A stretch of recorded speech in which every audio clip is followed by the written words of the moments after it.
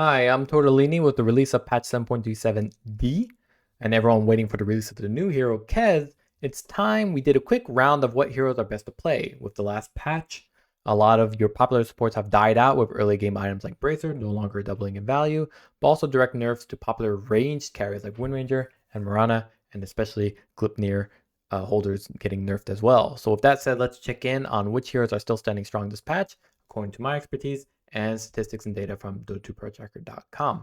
And by the way, if you like these videos, please leave a comment below with the number of games you have played. This helps the YouTube algorithm figure out if we're just a bunch of casual players or true degenerates with no other accomplishments to our name except an excessive dedication to one video game.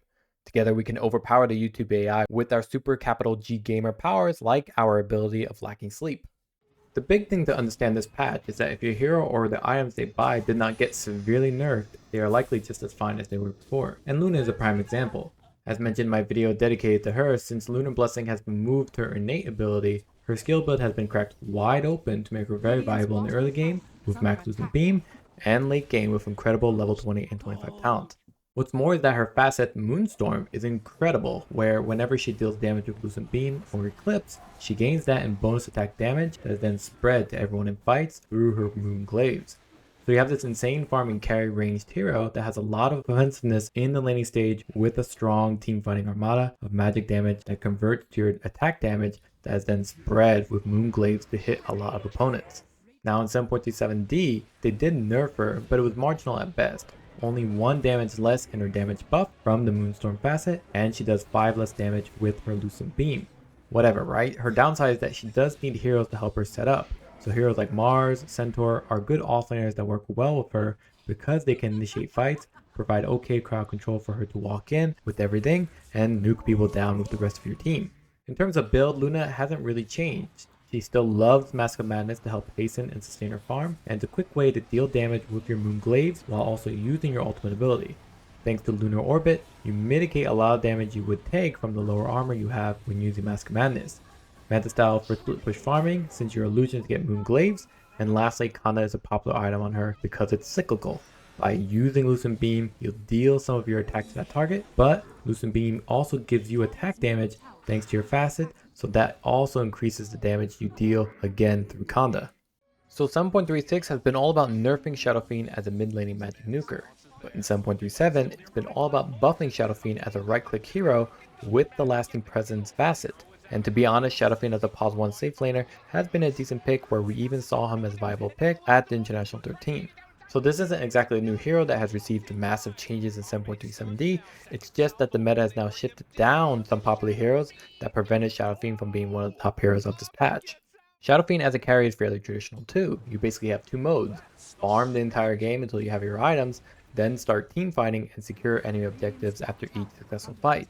The key difference between Shadow Fiend and other carries is that the hero doesn't really scale very well outside of just having more damage, and dying for him is a massive loss of momentum because with each kill you get, the more maximum souls amount you can have thanks to his Necromastery innate ability when he chooses the Lasting Presence facet.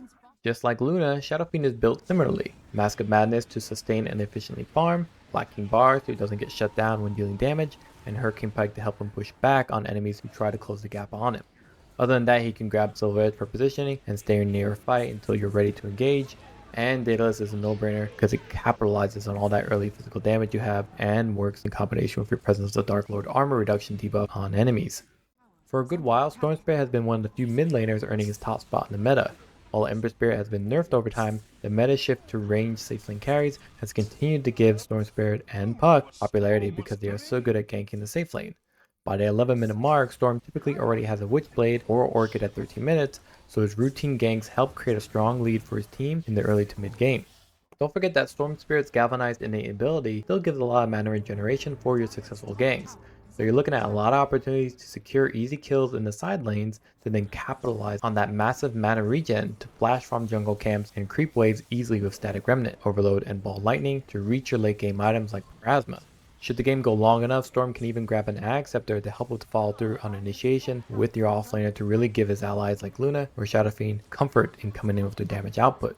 What makes Storm Spirit a very comfortable mid laner is because the hero still relies on his Static Remnant to farm stack jungle camps, while also with using the moving Remnant facet You can secure last hits in the lane without having to put yourself at risk against other mid laners who can willow you down with their abilities every time you go out to use your overloaded auto attack. He's a strong last pick as there are very few mid laners right now who can go toe to toe with him that are still meta, except for maybe like Invoker. So Invoker has been in an interesting position. I'm not as familiar with this hero as others, so if you know why else the hero is strong, please let me know, but my understanding is that Invoker has really good synergy. He has a great follow through with EMP and Chaos Meteor when his offlaners initiate, as well as a Sunstrike when pinned by, say, Mars' Spear or Storm Spirit's Electric Vortex. What's more is that in 7.36, his laning has gone up exponentially, where his innate ability now gives him 15% experience for any creep it denies, and Quas has given him insane sustain with flat lifesteal when picking up the elitist facet. We can see that by his current build, which involves picking up 2 Wraith Bands for the extra attack speed and armor. In 7.37b, he has gotten way more comfortable in setting up his combos now that he can channel his Quas Wex Exhort while invisible. So the hero has shifted in a dual capable hero role, where he has strong auto-attacking damage output with his atomization of Witchblade, Dragonlance, and Black King Bar, while still maintaining a strong lockdown and teamfight disruptive abilities with his invoked spells. Since the nerfed Arcane Boots, his Wex build is all the more viable with burning mana on enemies, nullifying their capabilities in a fight. For the offlane, a lot of setup heroes are still going strong. Beastmaster, Centaur, Axe, initiating heroes that allow you to shove your safe lane carry into a fight, especially offlaners that can still build aura items like Pipe of Insight, and that's despite the nerfs.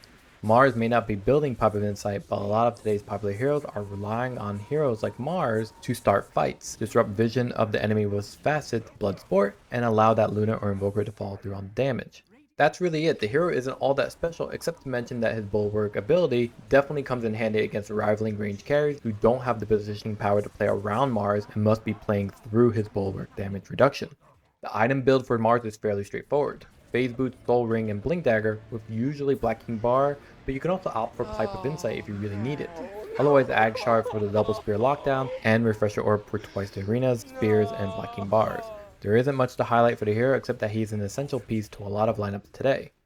In 7.37d, Bounty Hunter was buffed in 2 ways. He deals more damage with Janata at level 1, and this may not seem like a big deal, but his current build really only has you going 1 level in it before maxing out Shuriken Toss.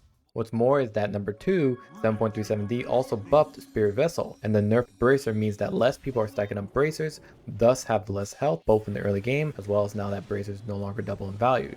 So all this plays well into Bounty Hunter, who likes to nuke down enemies quickly early on to accrue a lot of gold quickly for him and his team. As you can see in my hero recommendations, these heroes are massive gankers, Storm Spirit, Mars, Invoker, and that plays well with Bounty Hunter to create strong momentum while also putting enemies on the back foot to not gank your farming safe lane range carry. With Spirit Vessel in the mix, even the tankier enemies are swift to take down and gives you and your team a lot of leeway on how much you need to commit to a fight. Lastly, what makes Bounty Hunter so strong is his through and through facet in the late game. With enough tracked targets, your Shuriken Toss can hit enemies on the way to your first target before bouncing back to them for even more damage, essentially doubling up the value of your Shuriken Toss. This is important because Bounty Hunter is kind of dead weight in the late game, where he usually just plays from afar and picks up utility items like Boots of Bearing, Glaipnir's Offering, and Force Staff. Items that help his team and does not put him in danger, as most enemies won't allow him to walk up and Janata a target so easily. So it's pretty much just track and Shuriken Toss for this guy. I think Shadow Demon is still pretty viable despite nerfs to his Promulgate facet in 7.27d. He's really good at shutting down lineups that still go Solar Crest, as he can purge that with his ultimate ability, but also he's a natural companion to heroes like Luna and Shadow Fiend with his disruption ability, or even using that disruption to cancel out combos from heroes like Invoker and Mars. The hero is kind of a jack of all trades where he doesn't really need any items, but has a lot of utility in lineups depending on what they need. The Promulgate facet is still plenty nice, but not overpowered like before. Stacking with Shadow Poison is still monumentally important and strong for range carries like heroes we just mentioned, and items like Glimmer Cape or Aether Lens plays well in giving the hero safety and range to land his abilities away from danger. In terms of honorable mentions, heroes like Alchemist are starting to show signs of popularity, while other heroes like Puck are popular for similar reasons, as Storm Spirit. Strong rotation capabilities with their ultimate ability having a similar timing window when they pick up their Witch Blade. Clockwork has been seeing a lot of play despite the Solar Crest nerf, and it helps that his power cogs with expanded armature facet really screws offlaners when playing versus Shadow Fiend, not to mention he has a strong ganking setup with his hook shot. Okay, that's pretty much it for me. Be sure to let me know in the comments what hero you have been working on and have been working so far in this patch, and see you all next video.